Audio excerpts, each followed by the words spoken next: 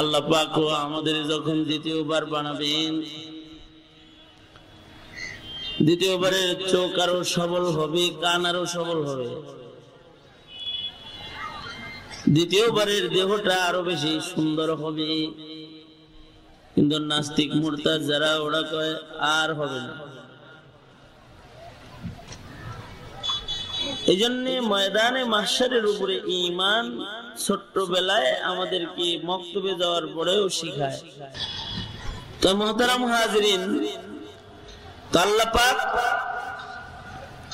দ্বিতীয়বার আমাদের আবার দাঁড় করাবেন, আমাদের হিসাব নেবেন। হিসাবের পরে সারা দুনিয়ার মানুষ দুই ভাগ হবে, এক ভাগ যাবে জান্নাতে আর এক ভাগ যাবে, বলেন কই যাবে? আওয়াজ করে বলেন। জান্নাতি যারা হবে তারা মাওলা পাবে,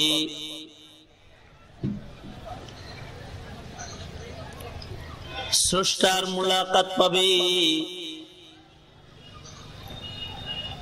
এই পৃথিবীতে আল্লাহ পাকের সৃষ্টি দেখেছে, কিন্তু আল্লাহ পাককে দেখে নাই। আসমান দেখেছে, আসমানের মালিক দেখে নাই। জমিন দেখেছে, জমিনের মালিক দেখে নাই। চাঁদ সূর্য আলো দিয়েছে, দেখেছে। খালেক যিনি এগুলো বানাইছেন তাকে দেখে নাই। সাগরের ঢেউ তরঙ্গ দেখেছে, যিনি এগুলো করেন তারে দেখে নাই। পাহাড়ের ঝর্ণা দেখেছে, কিন্তু এই ঝর্ণার স্রষ্টা মালিক যিনি তারে দুনিয়াতে দেখে নাই।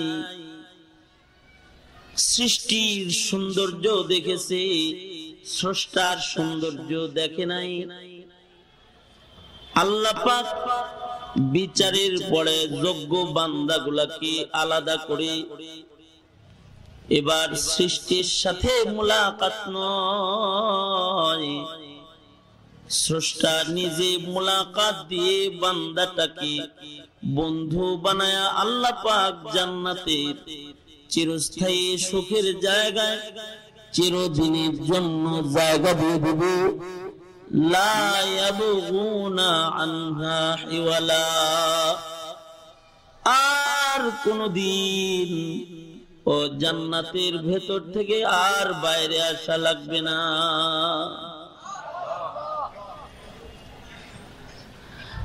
আর যদি ধরা খায় তাহলে জাহান্নামে চলে যাবে, চিরস্থায়ী খালিদিনা ফিহা আবাদা। তবে জান্নাতে যাবে, যাওয়ার স্টাইল হবে তিন রকম। কয় রকম? তিন স্টাইলে জান্নাতে যাবে।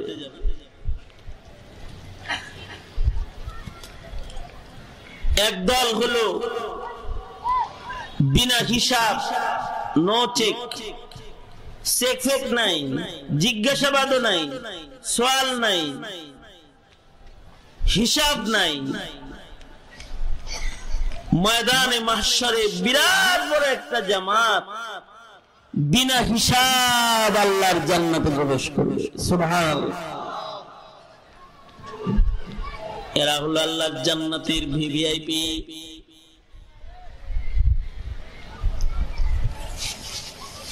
সাধারণরা যে পথ দিয়ে যায় সে পথে না, সাধারণরা যেভাবে পার হবে সেভাবে না। আল্লাহর বিশেষ মনোনীত বান্দা বিনা হিসাব আল্লাহর জান্নাতে প্রবেশ করবে।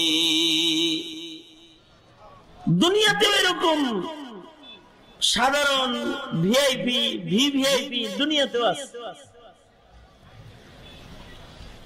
যেমন ঢাকা এয়ারপোর্টে ভিআইপি গেট আলাদা, ভিভিআইপি এয়ারপোর্টের অফিস আদালতে আলাদা। কোন রাষ্ট্রের প্রেসিডেন্ট যদি আসে তখন তারা পাবলিক যেখান দিয়ে বাইরে ওই দিক দিয়ে বাইর করেন, ভিআইপি দিয়ে বের করেন। ওইখানে কোন চেক টেক নাই। দুনিয়ার ভিআইপি লাকেজের চেন খুলে কি আনছে দেখার হিম্মত সাহস কারোর নাই। সরকারের ভিআইপি মেহমান গেস্ট, প্রশাসনের কোন মানুষের ও গেস্টের লাগেজের উপরে মেশিন লাগানোর মতো হিম্মত নাই। বারে তো ভিআইপি রে তো সালাম দিব লাগেজ যায় দেবো আসসালামু আলাইকুম, ওটা চেন খোলা মেশিনে দেওয়া দূরের কথা, লাগেজ কেউ সেলেক্ট করবে, জানছে সব পার হয়ে যাবে। বিনা চেকে পার। ময়দানে মাশরে বিচারের আদালতেও এমন একটা দল আল্লাহর আদালতে বিচারে দাঁড়াবে যাদেরকে চেক নাই, জিজ্ঞাসাবাদ নাই, বিনা হিসাব সরকারের সরকার আল্লাহ এই ভিআইপি গুলাকে সরাসরি ফেরদাউস জান্নাত দান করবে। সংখ্যা কিরকম হবে? হাদিসে পাকে আছে 70,000। 70,000 বিনা হিসাব আল্লাহর জান্নাতে যাবে।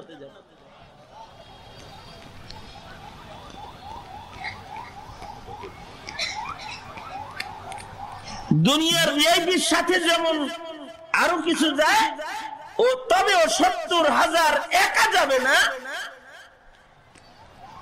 70,000-এর প্রতিজনের পিছনে এক একজনের পেছনে আবার 70,000 করে মানুষ তার সাথী হিসেবে বিনা হিসাব আল্লাহর জান্নাতে যাবে।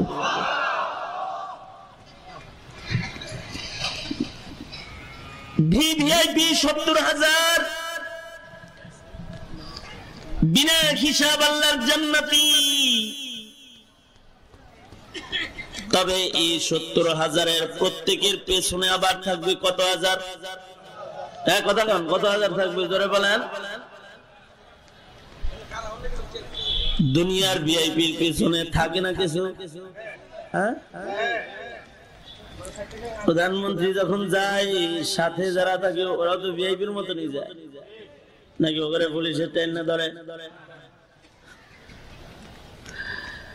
স্বরাষ্ট্রমন্ত্রী যখন যায় তার সাথে যারা থাকে ওগুলো তো ভিআইপি নাকি? ওগুলো ট্রেনে ধরে? দুনিয়ার ভিআইপির কোন বেল আছে নাকি মিয়া? দুনিয়ার ভিআইপির কোন মেয়াদ আছে নাকি? মেয়াদহীন ভিআইপি। আর জান্নাতের ভিআইপি হলো মেয়াদ শেষ, জীবনে কোনোদিন হবে না এমন ভিআইপি।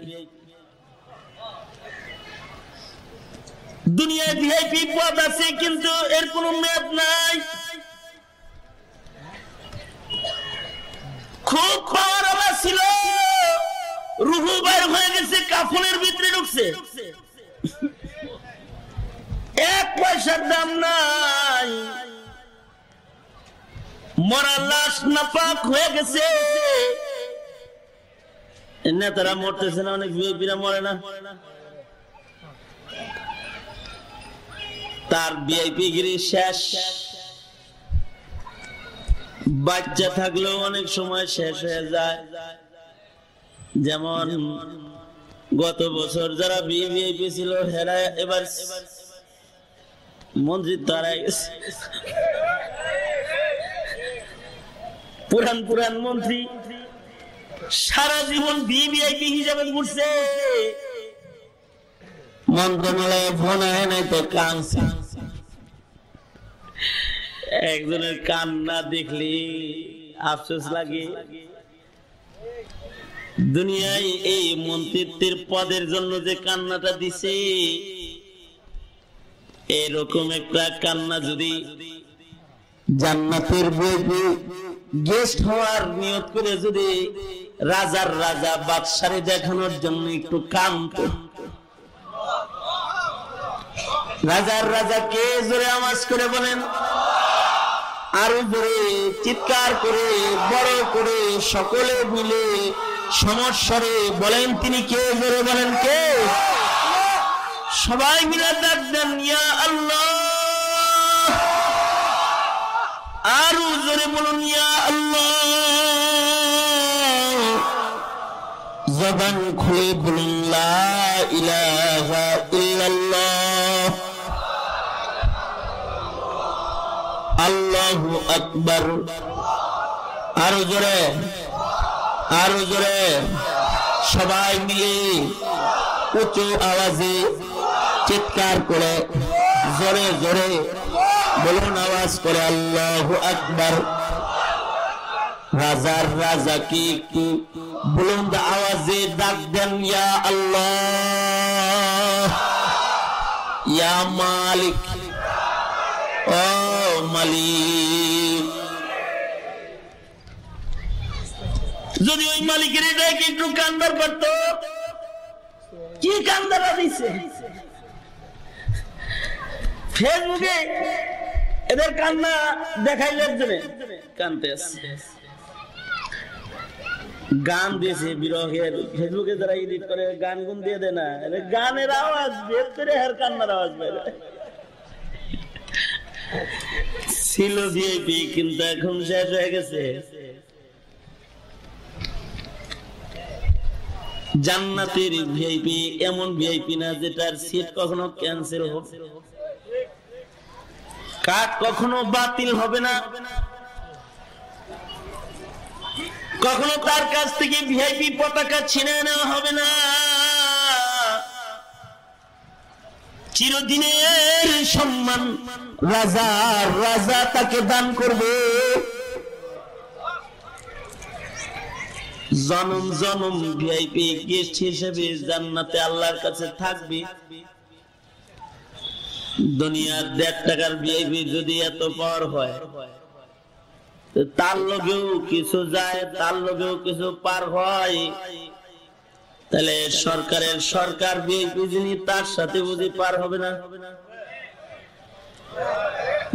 মিনমিন করাচ্ছে বেটা, পার হবে না? কারণ ওই ভিআইপি স্থায়ী ভিআইপি, তার ভিআইপি পদ কখনো যাবে না। মাননীয় প্রধানমন্ত্রীকে ধন্যবাদ জানাই, সব মাহফিলেই ধন্যবাদ জানাইতে আছে, কামের কাম হয়েছে কিছু।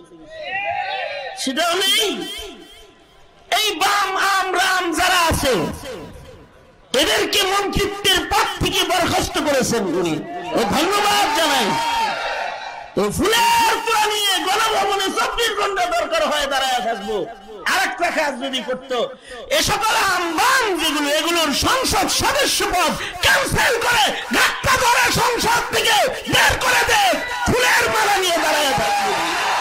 কারণ এই সকল নাস্তিক ফাস্তিক সকল কোটি মুসলমানের প্রতিনিধিত্ব করার অধিকার সংরক্ষণ করে না ওরা, করে না ওরা।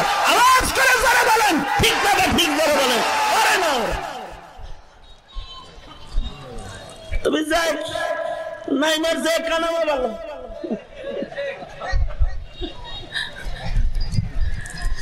তবে আল্লাহর দিয়ে কি যারা, এদের পথ মাত্র কোনো ছুটবে না। এই জন্য এই ভিআইপির সাথে সিরিয়াসটাও অনেক বড়। আল্লাহর রাসূল বলেন, হাবিবে কিবরিয়া মুহাম্মদুর রাসূলুল্লাহ সাল্লাল্লাহু আলাইহি ওয়াসাল্লাম বলেছেন,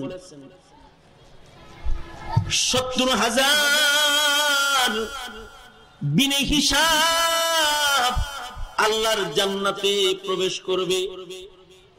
এই 70,000-এর প্রত্যেকের পেছনে আবার 70,000 করে বিনা হিসাব জান্নাতে চলে যাবে। আল্লাহু আকবার জোরে করে বলেন, আরো জোরে আওয়াজ করে চিৎকার করে জোরে বলেন আল্লাহু আকবার। এক একজনের পিছে কত হাজার? এইবার ক্যালকুলেটর মেরে হিসাব করে দেখেন বিনা হিসাব কত যাবে। এই বিশাল বড় একটা জামাত বিনা হিসাব আল্লাহর জান্নাতে যাবে। এই যে এতক্ষণ বয়ানটা করলাম, দিল দিয়ে যারা বয়ান শুনলেন শুনছে, ময় মুরব্বী যারা আছে তাদের চোখের পানি বের হইছে, মনে মনে একটা কামনা হইছে, আমি যদি তার একজন হইতাম যে আমার জিজ্ঞাসা করা হবে না, আমাকে কোনো সওয়াল করা হবে না, আমার নামাজ আমার রোজা ওজন করা হবে না, তাহলে কতই না ভালো হইতো। আমি যেমন বয়ানটা আপনাদের কাছে করলাম, আল্লাহর রাসূল এই বয়ানটা যেদিন সাহাবীদের সামনে করেছেন, আপনারা তো কেঁদেছেন কিন্তু কেউ দাঁড়ান নাই, কিন্তু সাহাবীদের ভেতরে একজন আবেগ সহ লাফ দিয়ে দাঁড়ায় গেছে, দাঁড়ায় বলে, ওগো আল্লাহর নবী হাবিবি কিবরিয়া, আপনি আমার জন্য একটু দোয়া করেন। সাহাবীর নাম হযরত ওকাশা রাদিয়াল্লাহু আনহু। তিনি লাফ দিয়ে দাঁড়ায় গেছেন, দাঁড়ায় বলে, ওগো আল্লাহর নবী, আমি তো দুর্বল, হিসাব দিয়ে জান্নাতে যাওয়া আমার জন্য সম্ভব না। ওগো আল্লাহর নবী, আপনি রহমাতুল লিল আলামিন, আপনি একটু দোয়া করেন আমার লাগা, আমাকে যেন আল্লাহ পাক ৭০,০০০-এর একজন করে কবুল করে নেয়, আমিও যেন তাদের একজন হয়ে যাই, আপনি দোয়া করে দেন। এমন একটা আবেগ, এমন একটা প্রেম, এমন একটা ভালোবাসা, এমন একটা চাহিদা, আর এমন একটা দিল ভরা দরদ শুদ্ধা এই সাহাবী নবীর সামনে দাঁড়াইছে। নবী আলাইহিস সালাতু ওয়াস সালাম সাথে সাথে দোয়া করেছেন এবং নবীজি খুশখবরি দিয়ে দিয়েছেন, চিন্তা করো না ওকাশা, ওই ৭০,০০০-এর একজন তোমার নাম আল্লাহ পাক লিখে নিছে। আল্লাহু আকবার, জোরে করে বলেন আল্লাহু আকবার। নবীজি বলতেছেন, আল্লাহ তোমার লিখে নিছে, নবীর মুখের লিখে নিছে কথাটার কত দাম। তোমার আমার নবীর মুখের কথার বড় দাম। তোমার আমার নবী কিন্তু অন্যান্য নবীর মতন নবী না, তোমার নবী হলো হাবিবুল্লাহ। আল্লাহ যার প্রেমে পাগল, ওই নবী মুহাম্মদুর রাসূলুল্লাহ সাল্লাল্লাহু আলাইহি ওয়াসাল্লাম। তোমার আমার নবীর জবানটা অনেক দামি একটা জবান। তোমার আমার নবী যদি কোনো বিষয়ে হাত হয়, ওইটা হালাল হয়ে যায়। তোমার আমার নবী যদি কোনো বিষয়ে না কয়, তাহলে ওইটা হারাম হয়ে যায়। এমনকি হাবিবুল্লাহ নবী, তোমার আমার নবী মুহাম্মদুর রাসূলুল্লাহ সাল্লাল্লাহু আলাইহি ওয়াসাল্লাম, তিনি যদি নিয়মের সাধারণ নিয়মের উল্টাও কোনো কিছু যদি নবীজি তার জবানের দ্বারা বের করে, স্বাভাবিক যে একটা নিয়ম আছে, এই নিয়মের খেলাফ কোনো কিছু যদি নবী তার মুখ দিয়ে উচ্চারণ করে, আল্লাহর কাছে নবীর মুখের উচ্চারণ গুলোর এত দাম। আল্লাহ পাক স্বাভাবিক নিয়মের কানুনের খেলাফ কিছু যদি নবী বলে, তাহলে আল্লাহ পাক নবীর কথাটাকে কানুন বানায় ফেলায়, আল্লাহ পাক ওইটারও নিয়ম বানায় ফেলায়। যদি নিয়মের খেলাফ কোনো কিছু নবীজি কয়, তাও নবীর মুখের এত দাম। আল্লাহ পাক নবীর মুখের উচ্চারণটাকে নিয়ম বানায় ফেলায়। এমন শত শত দৃষ্টান্ত কুরআন ও হাদিসের ভিতরে বিদ্যমান আছে। তার ভেতরে একটা দৃষ্টান্ত হলো, আল্লাহ পাকের নিয়ম হলো এটা আল্লাহর নিয়ম। মা দুই ধরনের মা আছে। এক ধরনের মা হলো গর্ভে ধারিণী মা, আর এক ধরনের মা হলো দুগ্ধ স্তন্য দানকারিণী মা। এক ধরনের মা হলো পেটে ধারণ করেছে তাই মা, বহন করেছে মা। এই মা যেমন মা, আর এক ধরনের মা হলো, আপনি এত এদিক সেদিক চান কেন? কিছু মনে করেন? এত এদিক সেদিক চান কেন? কি দেখেন? মোবাইল দেখেন নাকি ক্যামেরা দেখেন না কি দেখেন? কোন রাগ হইছেন?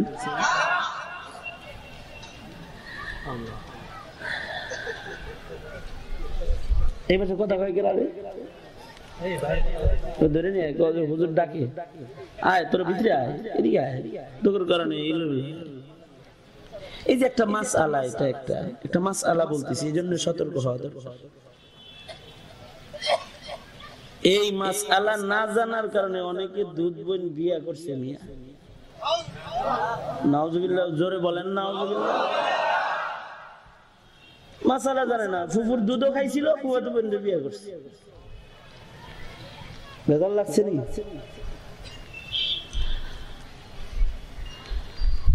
এটা আল্লাহ পাকের নিয়ম। দুনো হাত উপরে তোলেন, বুঝুন না? এগুলো লাগে খাতির টাতির লাগাইতেছে। দুনো হাত উপরে তোলেন, সোজা করেন, আঙুলগুলো খুলে নাড়াচাড়া দেন, দেখি জবান খুলে বলেন আল্লাহু আকবার, আরো জোরে করে বলেন, চিৎকার করে বলেন আল্লাহু আকবার, জোরে বলেন। হাত নামান। এই যেমন আমার দিকে ছিলেন, এই দিকে খেয়াল। পেটে ধারণ করেছে, এটাও যেমন মা। ছোট্টবেলায় যদি কোনো মহিলার স্তনের দুধ কোনো বাচ্চা খায়, তাহলে এটা দুধ মা। গর্ভে ধারিণী মায়ের যেমন অধিকার আছে, হক আছে, দুধ মারও হক আছে। নবী আলাইহিস সালাতু ওয়াস সালামের দুধ মা ছিলেন হযরত হালিমাতুস সাদিয়া রাদিয়াল্লাহু আনহা।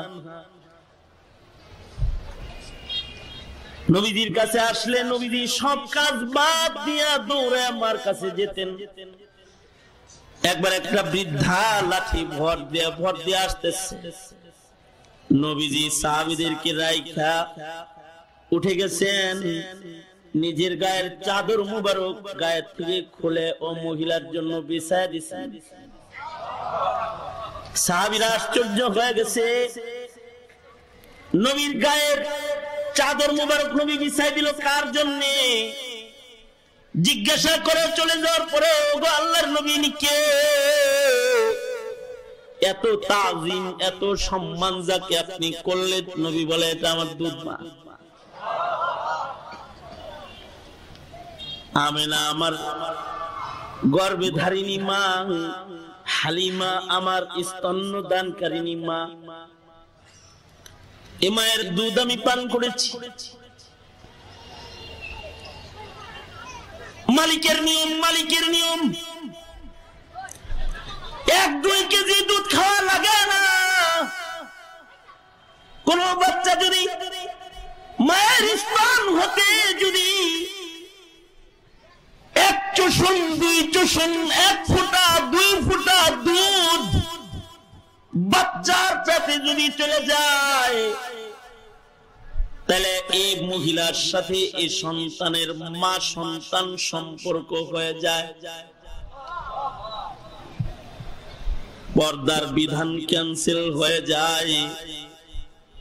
শুধুই মাত্র এতটুকু ব্যবধান আছে, পেটের সন্তানে মিরাজ পায়। দুধ খাওয়ান না, সন্তানে মিরাজ পায় না।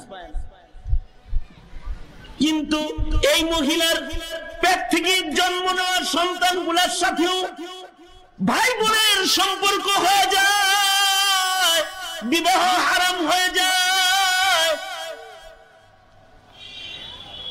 দুগ্ধ দানকারী মায়ের পেটের সন্তান ওগুলো ভাই বোন হয়ে যায়, পর্দার বিধান ক্যান্সেল হয়ে যায়। আল্লাহর রাসূল যুদ্ধের ময়দান থেকে আসতেছেন, নবীজি এক জায়গায় বিশ্রাম করতেছেন। একটা যুবতী মহিলা এসে নবীজিকে বলে, মুহাম্মদ হাত বাড়াও মুসাফা করি, হাত বাড়াও মুসাফা করি। আল্লাহর রাসূল সাল্লাল্লাহু আলাইহি ওয়াসাল্লামের দিকে ইশারা করে বলে, হাত বাড়াও মুসাফা করি। নবী চিনেন না কার সাথে মুসাফা করবেন। মুসাফা তো তার সাথে করা যায় যার সাথে বিবাহ হারাম, অর্থাৎ যার সাথে পর্দার বিধান নেই তার লগে মুসাফা করা যাবে। এখন যে মুসাফা করবো কার লগে মুসাফা করবো? নবী বিব্রত হয়েছেন, কিন্তু মহিলাটা হুমকি দিতেছে, মুহাম্মদ দেরি করো কেন হাত বাড়াতে? যদি দেরি করো তাহলে গলায় গলা লাগায় মুআলাকা করবো, কিন্তু হাত দাও তাড়াতাড়ি। নবী বিব্রত হইছেন, সাহাবীরাও বিব্রত হইছে, না জানি কোন পাগলি মহিলার পেছে পড়ল আল্লাহর নবী। সবাই যখন দুশ্চিন্তায় বিব্রত, পেছন থেকে এক বৃদ্ধার আওয়াজ, পেছন থেকে হালিমাতুস সাদিয়া থেকে বলে, মুহাম্মদ বাবা দেরি করিস না, হাত বাড়া, এটা তোর দুধ বোন, হাত বাড়া। আল্লাহর রাসূল সাথে সাথে হাত বাড়ায় মুসাফা করছেন। এটা আল্লাহ পাকের শরীয়ত। এক ফোঁটা দুধ যদি দুধ মায়ের স্তন থেকে, এই কথাগুলো ডক্টরের ডিগ্রি পর্যন্ত পড়লেও কোন ইউনিভার্সিটি খুঁজে পাবি না। মৌলবীদের কাছ থেকে শিখতে হবে, ইসলামিক স্কলারের কাছ থেকে শিখতে হবে, ডাক্তারের কাছে ইঞ্জিনিয়ারের কাছে পাবি না। যদি না দ্বীনি তালিম সে না লয়, দিনদারের কাছ থেকে মাসাইল শিখতে হবে। তবে বশর্তে একে দুধটা পান করতে হবে মুদ্দতে রেজাতের ভেতরে, হাউলাইনি কামিলাইন। দুধ পানের যে একটা মুদ্দত আছে, এর ভিতরে দুধটা খাইতে হইব। পারে তো ডাবলি বুট সাবায়া খায়, 7 বছর হয়ে খাওয়ায়, তাতে কিন্তু পর্দা ক্যান্সেল হবে না। ডাবলি বুট খাইতে পারে, এটারে খাওয়াইলে এক গ্লাস খাওয়াইলেও কাম হইতো না। মুদ্দতে রেজাতের ভেতরে হইতে হবে। আল্লাহর দুধ পান করার অনুমতির একটা মেয়াদ আছে, এই মেয়াদের ভিতরে হওয়া লাগবে। যদি এই মেয়াদের ভিতরে কেউ স্তন্য দানকারী মহিলার স্তন থেকে দুধ খায়, তাহলে মার হুকুম হয়ে যায়, এইটা আল্লাহর নিয়ম। কিন্তু একদিন হাবিবি কিবরিয়া মুহাম্মদুর রাসূলুল্লাহ সাল্লাল্লাহু আলাইহি ওয়াসাল্লামের কাছে একটা কেস মামলা আসছে। একজন সাহাবী এসে বলে, আল্লাহর নবী, আদর করে একটা বাচ্চা পালতে আনছিলাম গো নবী,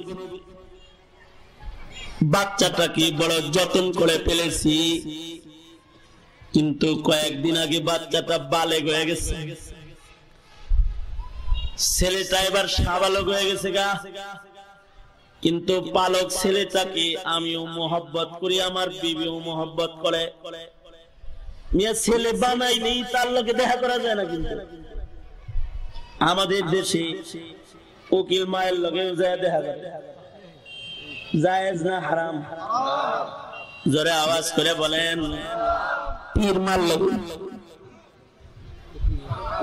পীর বাবার লগে কথা বলেন না কেন? আওয়াজ করে বলেন না কেন?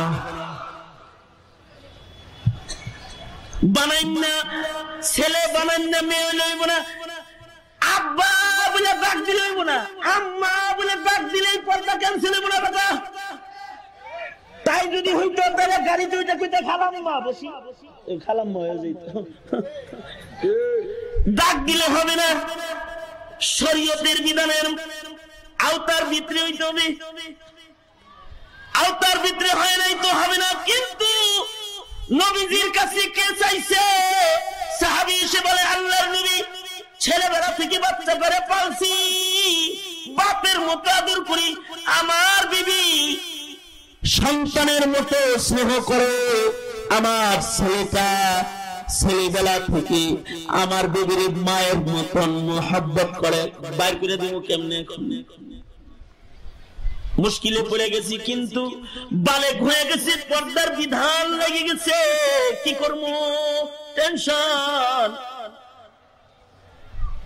আল্লাহর রাসূল বলে তোর টেনশন দূর হইতেছে, চিন্তা করিস নে, তুই একটা পেয়ালায় করে, একটা কাপে করে, একটা গ্লাসে করে তোর বিবির স্তন থেকে কিছু দুধ দহন করে, সেই দুধটা ওরে কাপে করে খাওয়া দিয়ে আল্লাহরে বলে দিবি 2 বছরের ভিতরে খাইলে যে কামটা করতে ওইটা যেন করে দেয়। আল্লাহু আকবার, জোরে বলেন আল্লাহু আকবার। হাওলাইন কামিলাইন, এটা হলো আল্লাহ পাকের সীমানা। কিন্তু নবী করছে 15 বছর হইছে, 14 বছরও হইছে। নবীর জবান বড় শানদার জবান, সাধারণ নিয়মের উল্টাও যদি কয় ওইটা আল্লাহ শরীয়ত বানায়। সেই নবী হযরত উকাশাকে বলতেছি কান্দিস না, চিন্তা করিস না, বয়া পর, তোর নামাজ মিজানের পালায় তোলা লাগবে না, তোর রোজা মিজানের পালায় তোলা লাগবে না, আমি আল্লাহকে বলে দিতেছি তোরে আল্লাহ পাক কবুল করে নিচ্ছে, 70,000-এর একজন তুই। এই কথা বলতে অন্যান্য সাহাবীরাও লাফায় লাফায় দাঁড়ায় গেছে। আর একজন দাঁড়ায় কয় নবী তাহলে আমার লেগেও কয় না, সাবাকা বিকা উকাশা, তোমার আগে একজন হয়ে গেছে, আর হবে না এমন সুযোগ, এবার এর পিছে পিছে 70,000 যাবা। এখন তোমরা ওর পিছে যাবা, 70,000-এর পিছনে 70,000 বিনা হিসাব আল্লাহর জান্নাতি। এটা হলো ভিভিআইপি, তাদের কোনো টেনশন নাই। আরো একটা দল আছে যাদের ময়দানে মাহশারে টেনশন নাই, কিন্তু আর একটা দল আছে ইমানদার, নামাজ পড়ছে, রোজা করছে, হজ যাকাত সব আছে, কিন্তু টেনশনে পড়ে গেছে, হিসাবের পেছে পড়ে গেছে। আর এক দল আছে হিসাবের পেছপুছ আছে, কিন্তু হিসাব সোজা হয়ে গেছে। এক দল তো বিনা হিসাব জান্নাতি, আর এক দল হিসাব হবে কিন্তু সরসরি নজর, কোন রকম পাতা উল্টাইবো আর টিক চিহ্ন মারবো, যা যা মাফ করে দিলাম, মাফ করে দিলাম, মাফ করে দিলাম। কাদের হিসাব আসান হইব, আর কাদেরকে এইভাবে ধরে কইব আই 9 তারিখে 3:46 কইছিলি, 31 নাইটে কইছিলি, আসরের পরে কইছিলি, ও দিন রাত 9টার সময় আমতলায় কি করছিলি? লাল কলম ধইরা ধইরা ধইরা ধইরা ধইরা ধইরা জাগরে জিজ্ঞাসা করবে, মান হুসিবা ইয়াউমাল কিয়ামাতি উযিবা। আল্লাহর নবী বলেন এমন হিসাবের ফান্দে যে পড়া যাবে ওর জাহান্নামে যাইতেই হবে। এজন্য আল্লাহর রাসূল দোয়া শিখাইছে, আল্লাহুম্মা হাসিবনি হিসাবান ইয়াসীরা। কাদের হিসাব সোজা হবে?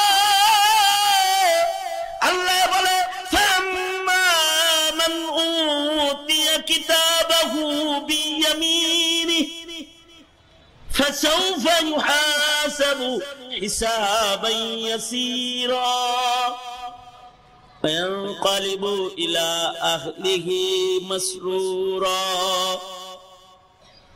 কিছু আছে হিসাব সোজা হবে, থানায় কিছু মানুষের রিমান্ড সোজা হয়, আর কিছু মানুষ বেকায়দায় করে দেয়। ধরা খাইছে এমন অবস্থায় যে নৌকার স্টিকার লাগাই না আছে, সরকারি দল রিমান্ড সোজা।